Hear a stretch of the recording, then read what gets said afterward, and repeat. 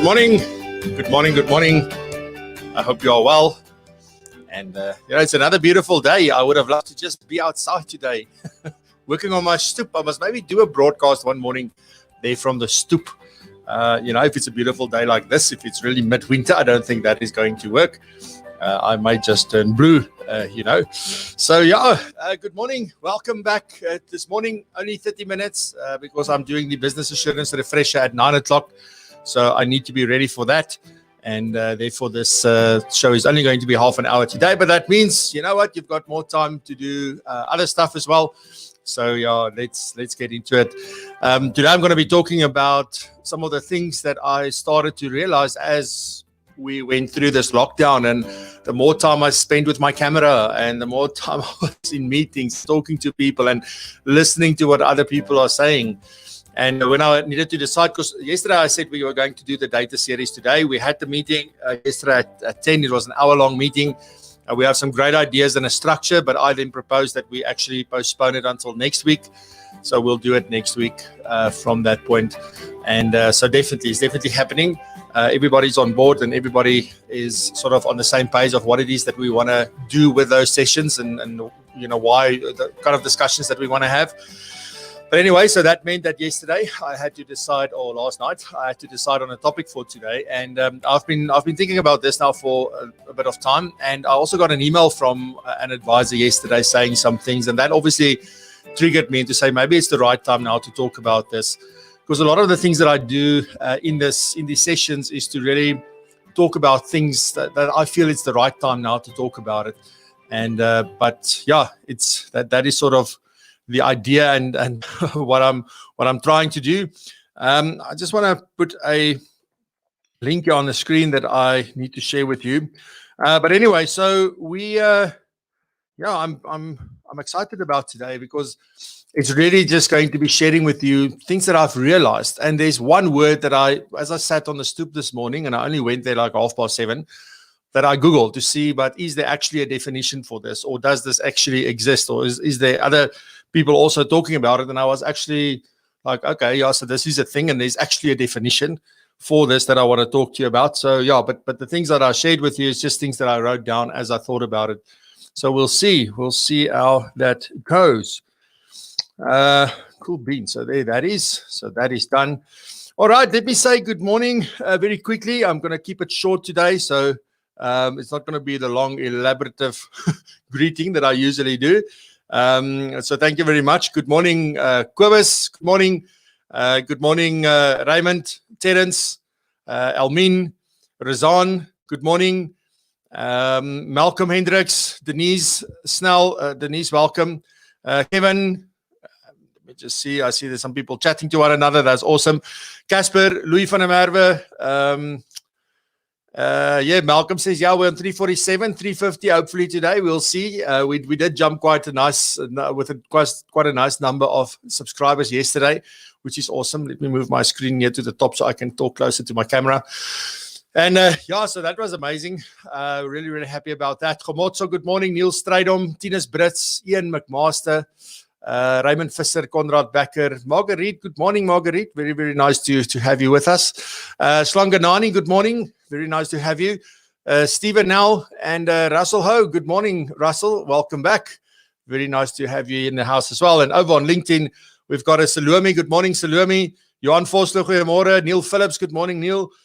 Chad, good morning. Peter Lopez once again. And Kobus is also over there on LinkedIn. So guys, thank you very much for spending this half an hour with me. I deeply appreciate it.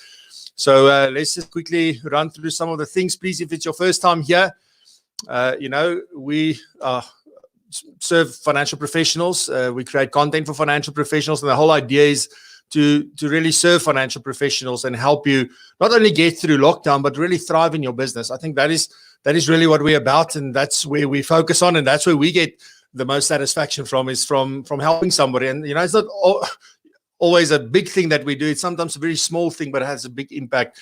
And that's what we're all about. So, if you find value in that and you want to learn more as we go through, then please consider subscribing to the channel. I'll really, really appreciate it.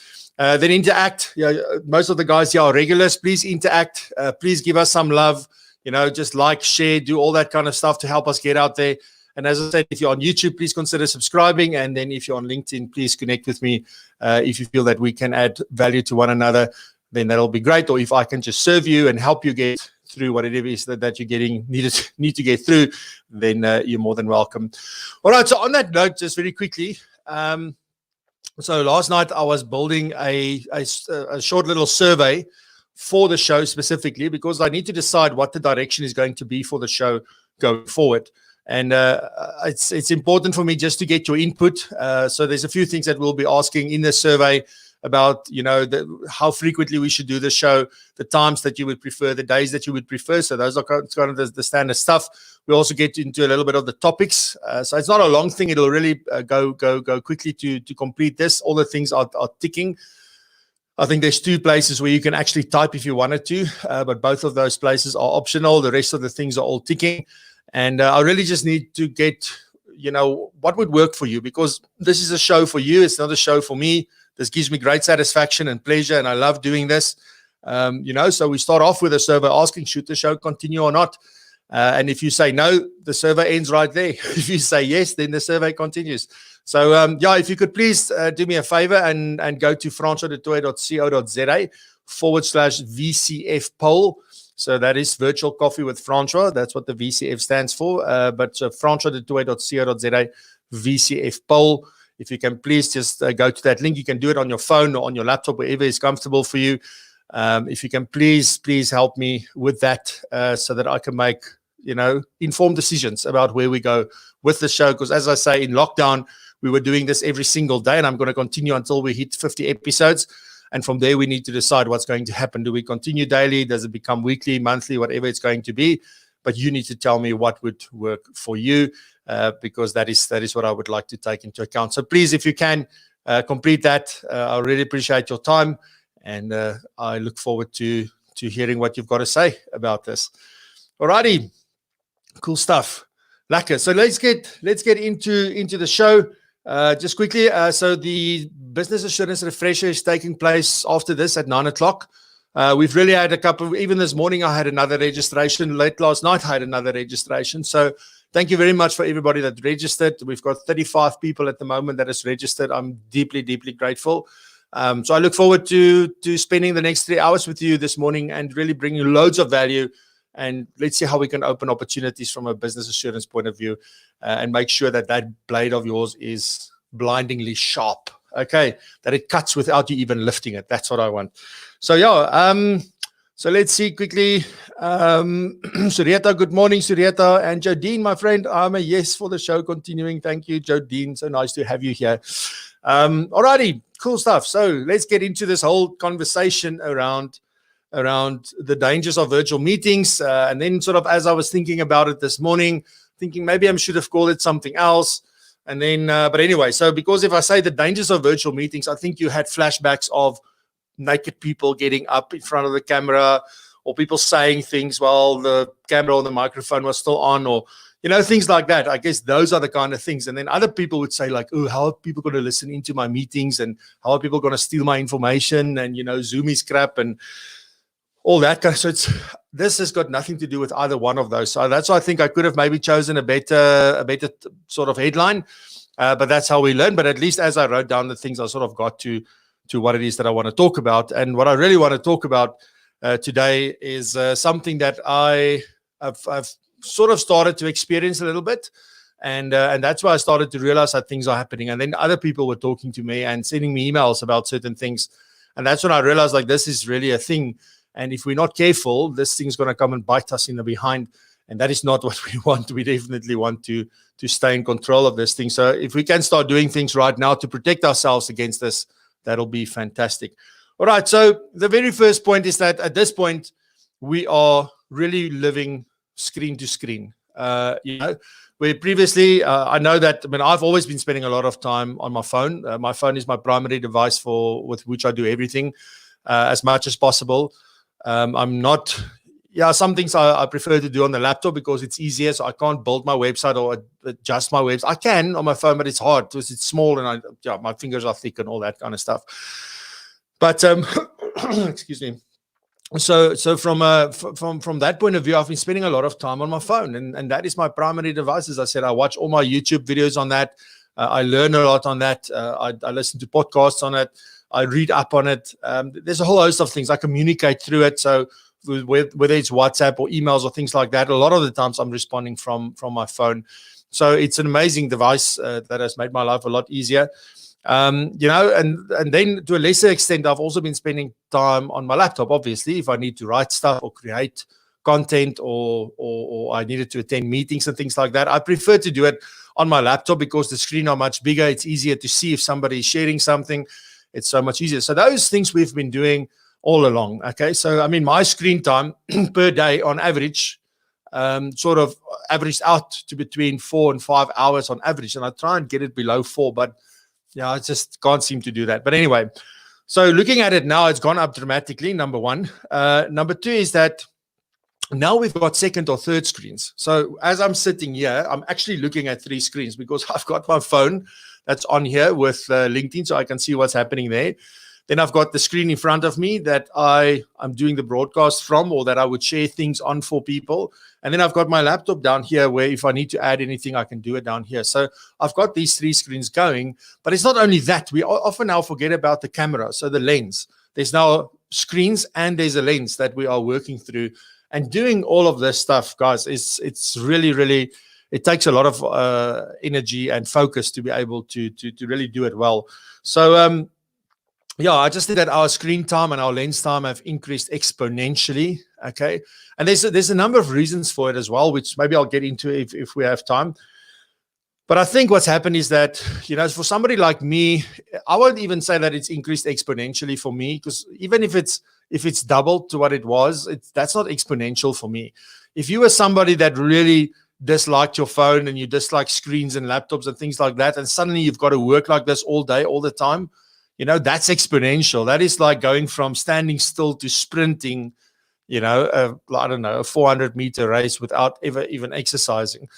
So that is what's happening at the moment. So a lot of people, and maybe you included, suddenly got to spending a lot more time in front of your computer. So that's the first thing. So we're living screen to screen. And then on top of that, this is only work stuff. But then on top of that, we also have now the fact that when we call family, we call them via video call because we want to see each other, right? So that's a thing. I mean, we've been doing a lot where we never, if we did phone family, it would be a normal call. Now it's like a phone call and you've got 4 people on the call and everybody's talking at the same time. And I don't know who to freaking focus on. So I don't know, like, it's just like more and more and more and more stuff in terms of, when you live screen to screen. Let me just quickly see. There's some people saying good morning. So yeah, we've got Renee in the house. Renee, good morning. And Kuketsu, good morning. Welcome. Welcome. Nice to have you here. Let me quickly see. Boom, boom, boom. Chart. So the link to the poll is my website, francoisdetoy.co.za/VCF poll. So VCF POLL. There you go. All right. So the other problem that has now come from this, apart from all the time that we're spending on our screens now, and it's taking a lot of energy, I mean, I found in a couple of the episodes that I've done in the last week where I'm so into the camera and I'm so tall that I don't even realize that I never changed the screen. So I'm talking to the camera and like talking with you and trying to connect with you, but I never changed the screen. So you're still looking at either my Outlook screen or you're looking at a slide or something. And I'm just performing on this side, to sort of connect with you and explain and just be, full of energy. So this kind of things are taking a lot of energy from you. But yes, the other thing is now suddenly, and I've put it in air quotes. Well, I'm putting this in air quotes. That is in real quotes. So, but what you now have is that you are now constantly available. Because what else are you doing? Where are you going? Like, you've got nothing. You're at home. So I can now contact you at any time.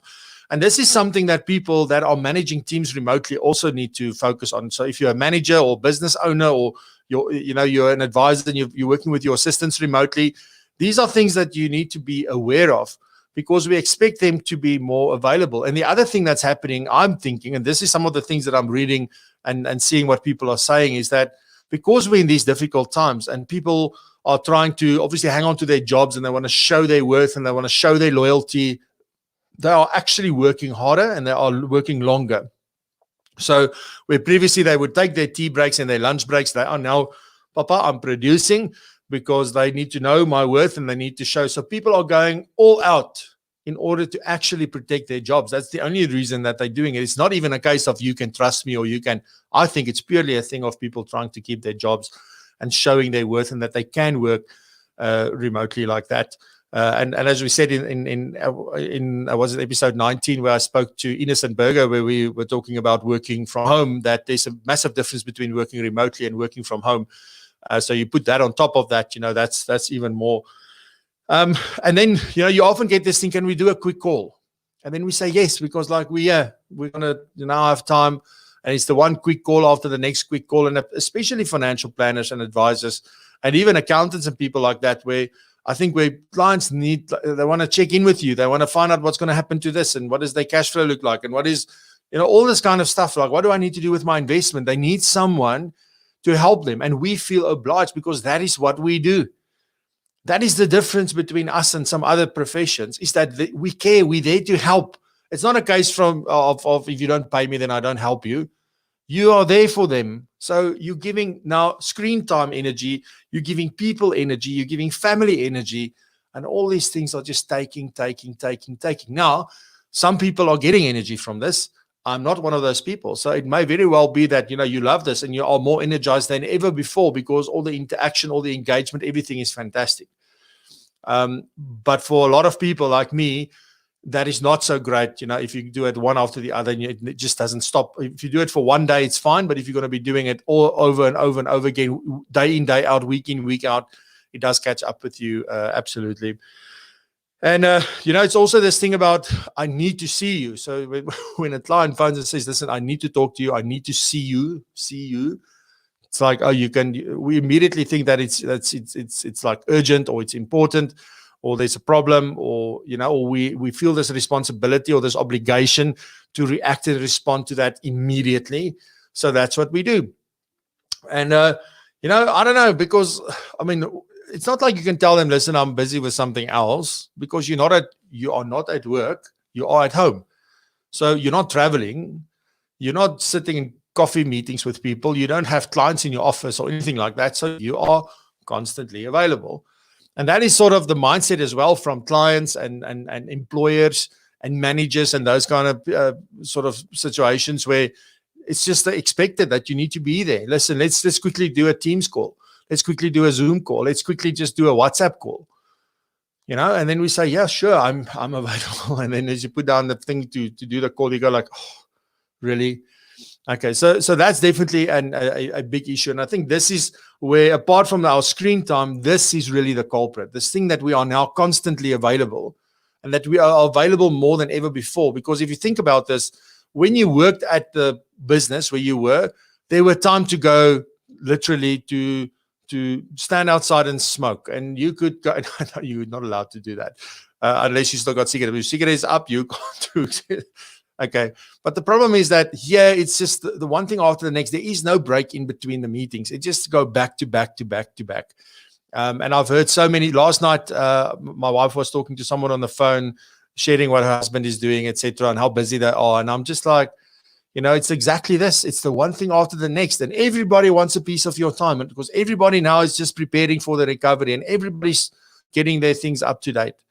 And we feel almost obliged to participate in all of this because we do have the time now, right? All right, so let me just quickly see what's happening. Russell says, 100% agree, believe it or not, constantly being virtual can be draining. Yes, and you're a young, fit young man, Russell. So if you say it, then it's definitely so. Adrian, good morning.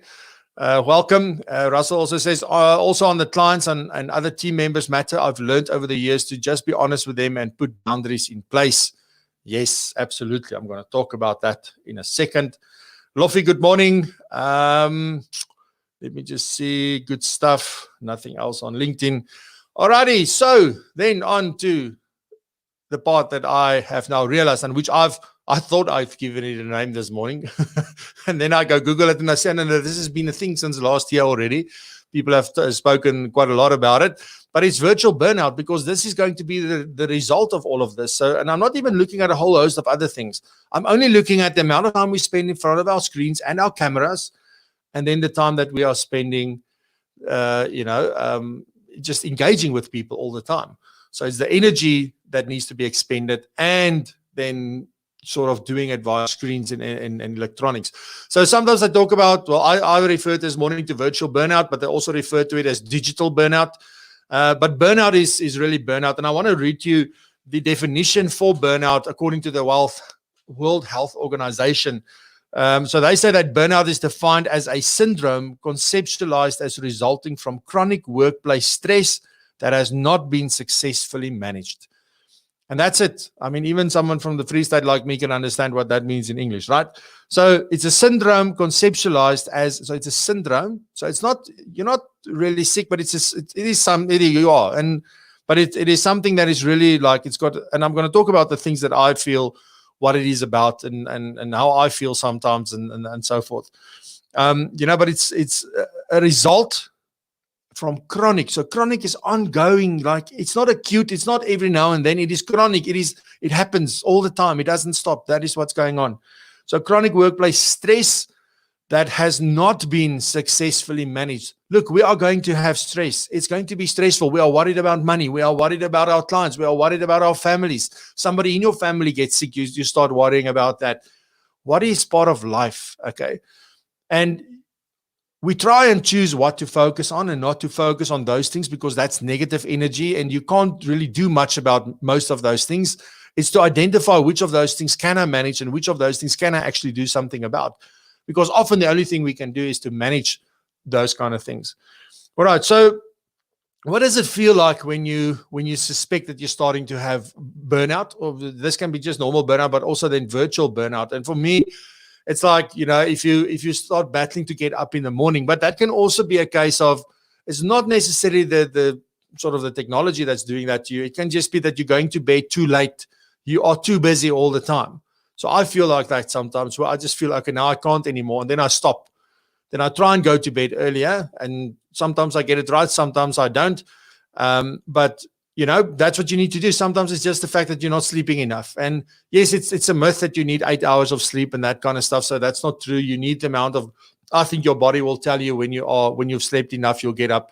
And I saw how quickly I got into this, getting up at 5:30 or 6 in the morning, where previously I just couldn't. I battled. I got up at 7 in the morning, because I go to bed at 12 or 1 in the morning. And now I go to bed like at 11 or so. We're trying now to go to bed at 10, or that's the plan anyway. And then still get up at 5:30 or 6 o'clock in the morning. So, it's not to say that if you are tired, but one of the things, if you say, listen, I have or I've got no or very little energy, I'm tired, then that is sort of the first sign, because that's what you'll feel. I think you'll also see it in your eyes very, very quickly. And sometimes you don't see it, but other people see it. They say, wow, you look so tired. And it's not your face, it's not your body language, it's your eyes. Your eyes are telling people that you are tired, and you don't realize that. So that's important. Getting feedback from others is really critical. It's not always nice to hear it. And I often get upset when somebody says to me, I need to slow down. But I'm the kind of person that I maybe react like that on the inside immediately, but I do go and think about these things and say, well, how much truth is there in that? And then I go and analyze what's been happening and how I'm feeling. And then I decide whether I need to do something. So I've often said on the episodes that don't tell me to slow down, because that is not, I'm on a mission and that's what I want to do. But you should also not disregard those comments, because they are very important for your own well-being.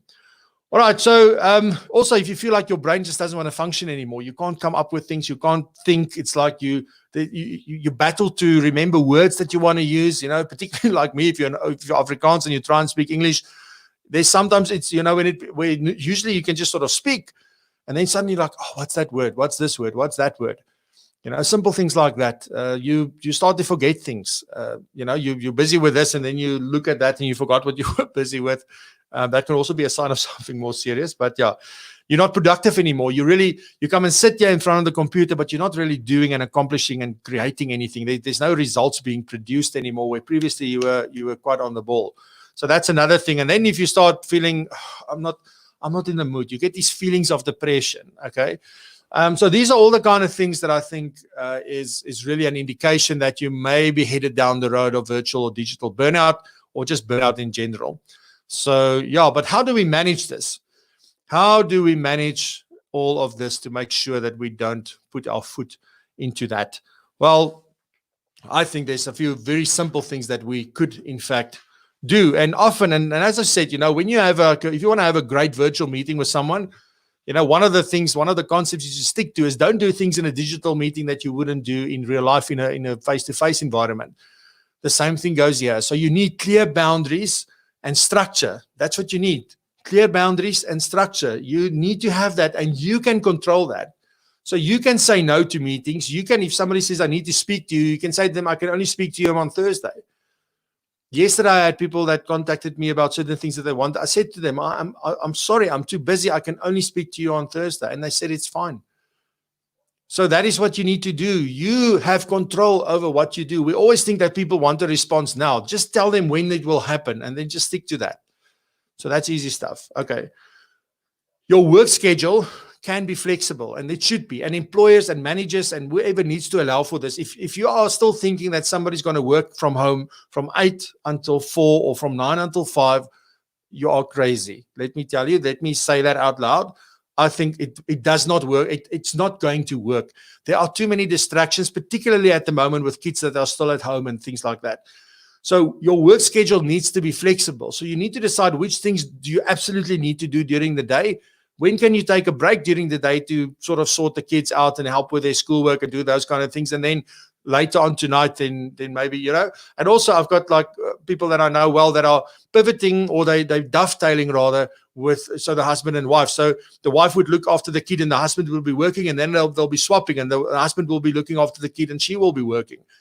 So that flexibility, we must allow for that, because that takes a lot of the stress away. If I know, because otherwise if somebody wants this thing now, and it needs to be here at 12. But I mean, it's difficult sometimes for people working from home to be able to do that.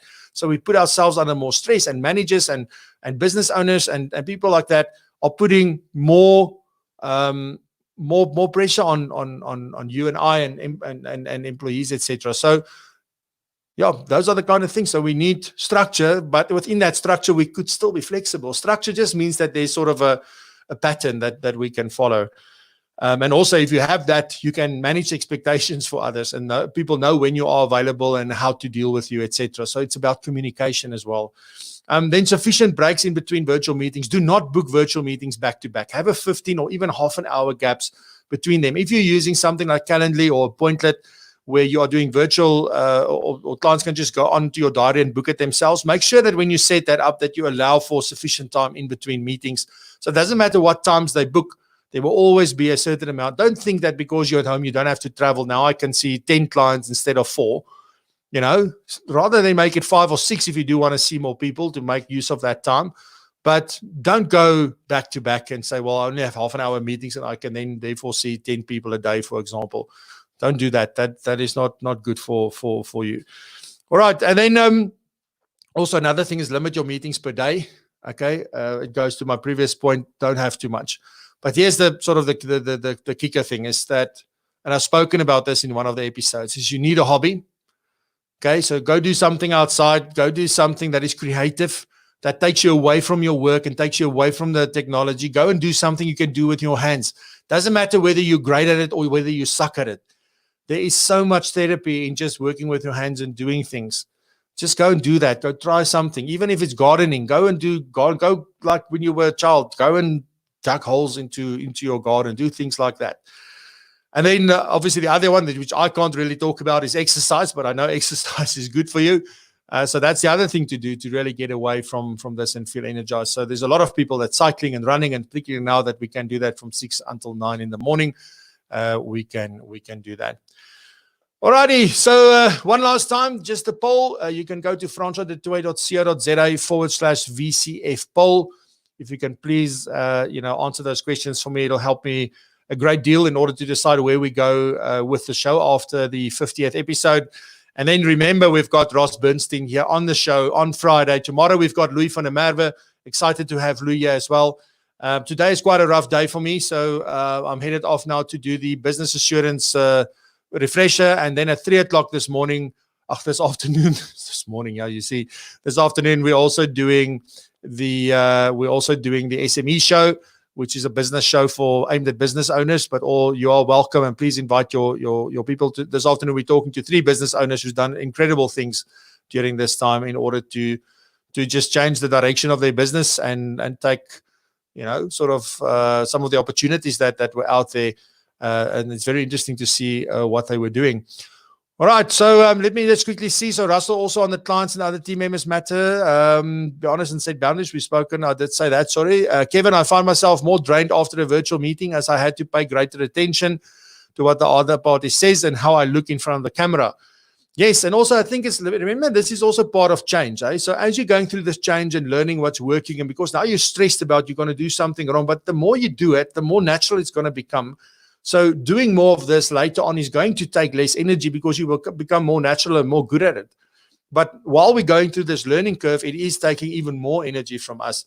But I don't think it will stay that way, Kevin. The more we get comfortable with that, the better it would be. Louis says, Louis, I'm looking forward to this even more. So really excited about having you. Thank you so much. En ja, Tinus, dankie. Ek sien jou net nou daar by die refresher over on LinkedIn. You are spot on with this, Francois, says Neil Phillips. It's going to take a new set of skills to adapt and cope. Vamlesh is saying financial planners are selfless professionals. We don't ask clients for deposits and retainers. We give them 100%. We listen and we care. We don't start the clock for every SMS we read or call we take or email we read. Our clients get our cell phone numbers and can contact us at any time. And that's exactly that. And it is something that I want to talk about. Vamlesh and I have spoken about this a little bit as well. And I think it's really important for us to share with the world exactly, how awesome financial professionals are and how deeply we really, really care. And also, I think, where do you draw the line? I think that is a very important one. Alrighty, guys, thank you very much. Renee, thank you for your comment. Thanks again, very relevant. Thank you very much. I really appreciate all of you. Have a good one.